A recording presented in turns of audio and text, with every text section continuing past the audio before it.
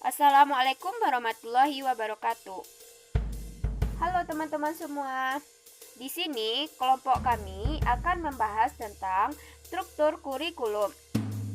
Kami dari kelompok 2 yang beranggotakan yang pertama Annisa Putri Maharani dengan NIM 1930 105003. Yang kedua Latifah Tiffany dengan NIM 1930 105029. Yang ketiga Nadia Marhendra Putri dengan NIM 1930 105035. Dan yang terakhir yaitu saya sendiri Ramdhani dengan NIM 1930 105043.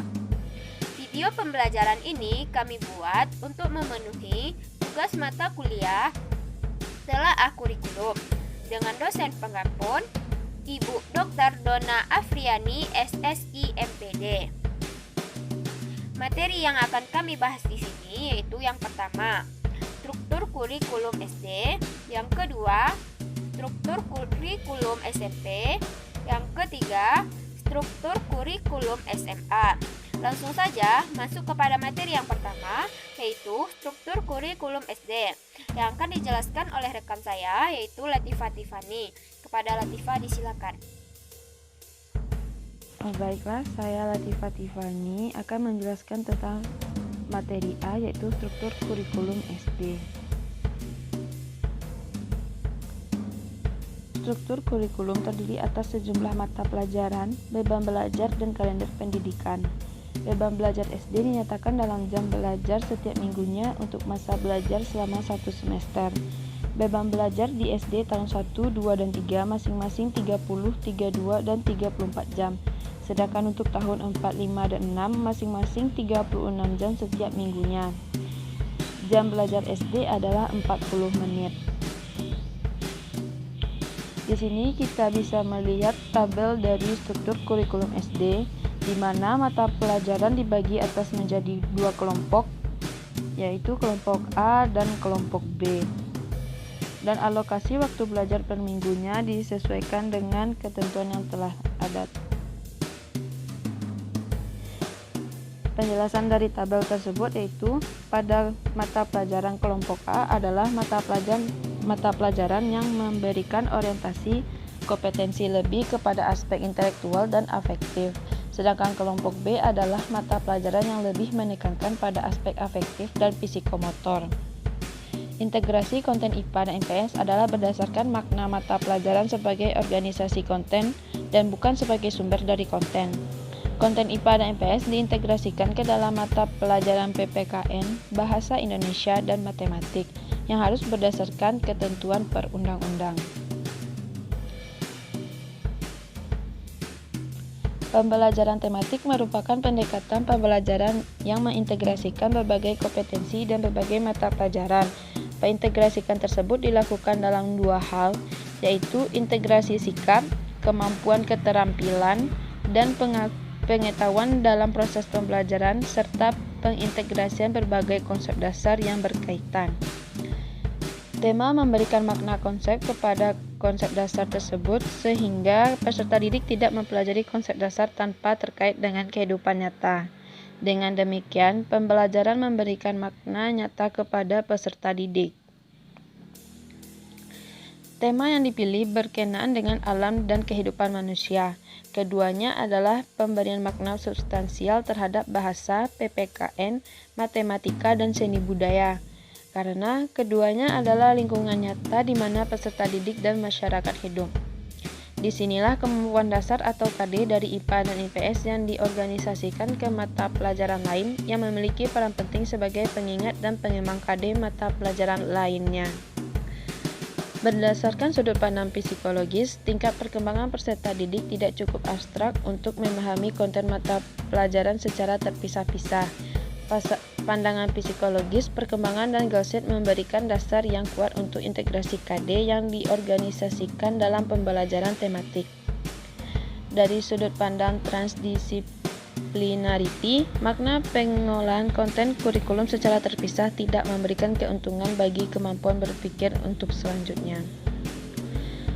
Sekian dari materi saya. Materi selanjutnya akan dilanjutkan oleh rekan saya. Baiklah, saya akan lanjutkan penjelasan dari teman saya tadi, yaitu yang kedua, struktur kurikulum SMP. Beban belajar di SMP untuk tahun 7, 8, dan 9 masing-masing 38 jam per minggu. Jam belajar SMP itu 40 menit. Untuk struktur kurikulum SMP, bisa teman-teman semua lihat pada slide yang saya tampilkan. Mata pelajarannya itu dibagi jadi dua kelompok, itu kelompok A dan kelompok B. Untuk alokasi waktu belajar per minggu, bisa teman-teman lihat juga di slide yang saya tampilkan.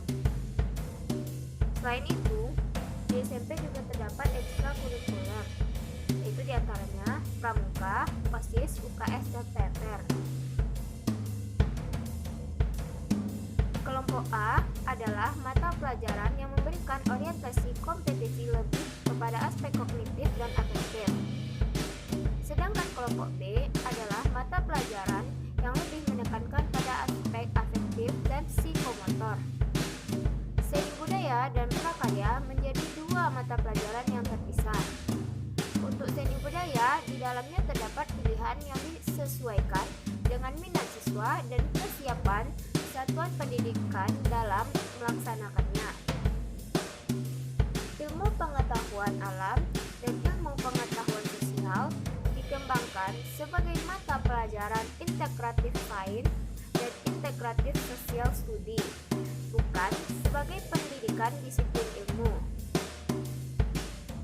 Keduanya sebagai pendidikan berorientasi aplikatif, pengembangan kemampuan berpikir, kemampuan belajar, rasa ingin tahu, dan pengembangan sikap peduli dan tanggung jawab terhadap lingkungan sosial dan alam. Di samping itu, tujuan pendidikan ilmu pengetahuan sosial menekankan pada pengetahuan tentang bangsanya, semangat kebangsaan, patriotisme, serta aktivitas masyarakat di bidang ekonomi dalam ruang atau spanse wilayah NKRI. Ilmu pengetahuan alam juga ditujukan untuk mengenal lingkungan biologi dan alam sekitarnya, serta pengenalan berbagai keunggulan wilayah Nusantara.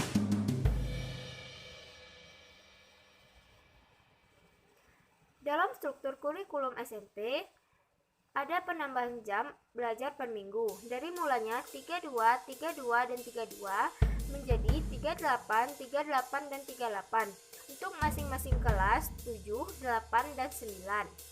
Sedangkan lama belajar untuk setiap jam belajar tetap yaitu 40 menit.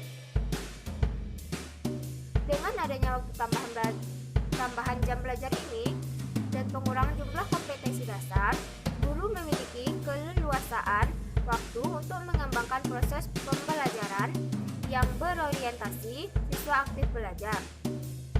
Proses pembelajaran siswa aktif memerlukan waktu yang lebih panjang dari proses pembelajaran penyampaian informasi karena peserta didik perlu latihan untuk melakukan pengamatan, menanya, asosiasi, dan komunikasi.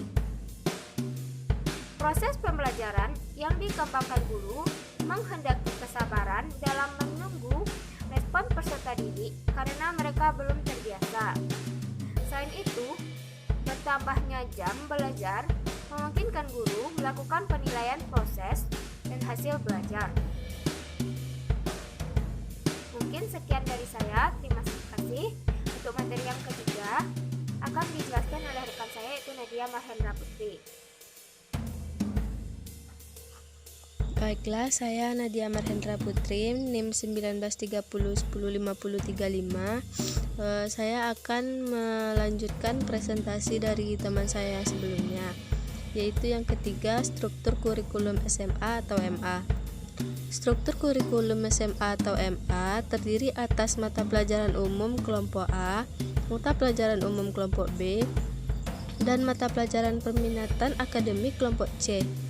Mata pelajaran peminatan akademik kelompok C dikelompokkan atas mata pelajaran peminatan matematika dan ilmu pengetahuan, mata pelajaran peminatan ilmu pengetahuan sosial, dan mata pelajaran peminatan bahasa dan budaya. Khususnya untuk MA dapat ditambah dengan mata pelajaran keagamaan yang diatur oleh Kementerian Agama. Yang A yaitu kelompok mata pelajaran wajib. Kelompok mata pelajaran wajib merupakan bagian dari pendidikan umum, yaitu pendidikan bagi semua warga negara, bertujuan memberikan pengetahuan tentang bangsa, sikap sebagai bangsa, dan kemampuan penting untuk mengembangkan kehidupan pribadi peserta didik, masyarakat, dan bangsa. Untuk kelompok mata pelajaran wajib dalam kurikulum sekolah menengah atas atau madrasah aliyah adalah sebagai berikut. Nah, mata pelajaran wajib kurikulum sekolah menengah atas atau madrasah aliyah dapat kita lihat sama-sama di slide yang saya tampilkan, yaitu mata pelajarannya terbagi 3 seperti yang saya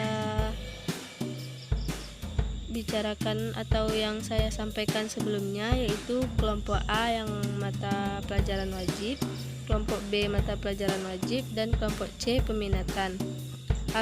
Alokasi waktu per minggunya dapat kita lihat juga di slide.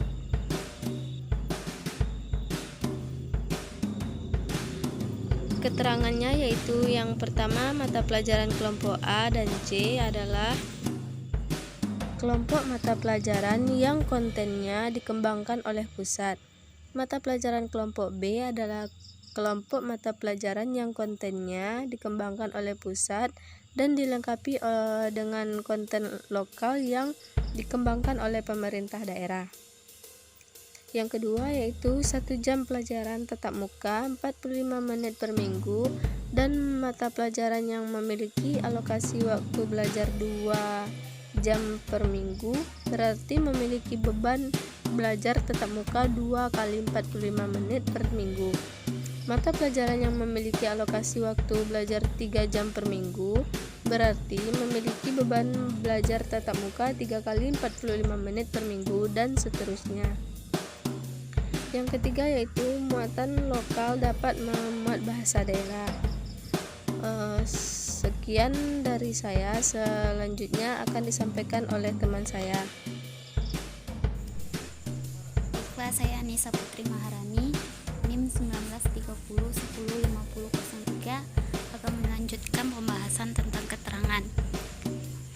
Yang keempat yaitu satuan pendidikan dapat menambah jam pelajaran per minggu dari yang telah ditetapkan dalam struktur di atas. Yang kelima, kegiatan ekstrakurikulum terdiri atas pramuka, wajib, UKS, PMR, dan lainnya sesuai dengan kebutuhan peserta didik di masing-masing satuan. Yang keenam, jumlah alokasi waktu jam pembelajaran setiap kelas merupakan jumlah minimal yang dapat ditambah sesuai dengan kebutuhan peserta didik. Yang ketujuh, khusus untuk mata pelajaran pendidikan agama di madrasah aliyah dapat dikembangkan sesuai dengan kebutuhan yang telah ditetapkan oleh Kementerian Agama. Yang B, kelompok mata pelajaran peminatan. Kelompok mata pelajaran peminatan bertujuan pertama untuk memberikan kesempatan kepada peserta didik mengembangkan minatnya dalam sekelompok mata pelajaran sesuai dengan minat keilmuannya di perguruan tinggi. Yang kedua, untuk mengembangkan minatnya terhadap suatu disiplin ilmu atau keterampilan tertentu.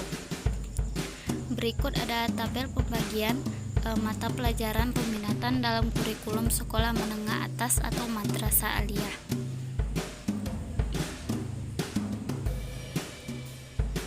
Kelompok mata pelajaran kelompok A dan B wajib, kelompok C adalah peminatan.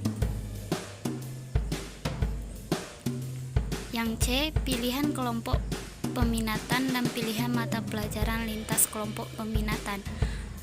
Kurikulum sekolah menengah atas atau SMA garing atau madrasah aliyah atau MA dirancang untuk memberikan kesempatan kepada peserta didik belajar berdasarkan minat mereka.